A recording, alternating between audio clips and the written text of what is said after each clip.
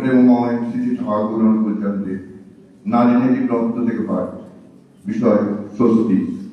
তুমি ভাবিতে পারো তোমার স্বামীর প্রতি বা সংসারের প্রতি যাহা কিছু করণীয় শুধু তোমারই, কিন্তু বুঝিও ভালো পাইতে হইলেও ভালো করিতে হয়। তাহা তোমার বেলায়ও যেমন অন্যের বেলায়ও তেমনি। তুমি যদি অন্যের মঙ্গলে যাহা কিছু করণীয় পাওয়ার আশা না রাখিয়া যতদূর সম্ভব উদ্বেগ শূন্যভাবে করিয়া যাইতে পারো, দেখিবে পাওয়ার জন্য তোমাকে আর আঁকুপাকু করিতে হইবে না। পাওয়া তো আসিবেই।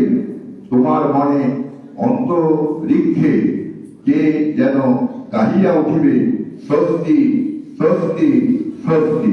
মান সংখ্যা 180। সমাপ্ত।